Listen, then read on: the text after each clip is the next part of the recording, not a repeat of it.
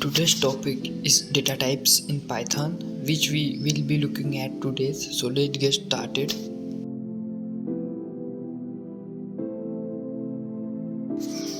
In Python, data types are the building blocks of any program. Let's divide in. First up, we have integers and floats. Integers are whole numbers like 9 or -3, which floats are numbers with decimal like 3.14, 15.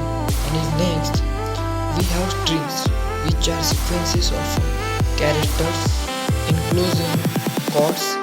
Think of items and the words are sequences in your code. Then there are booleans, true or false, values that help us make decisions in our program.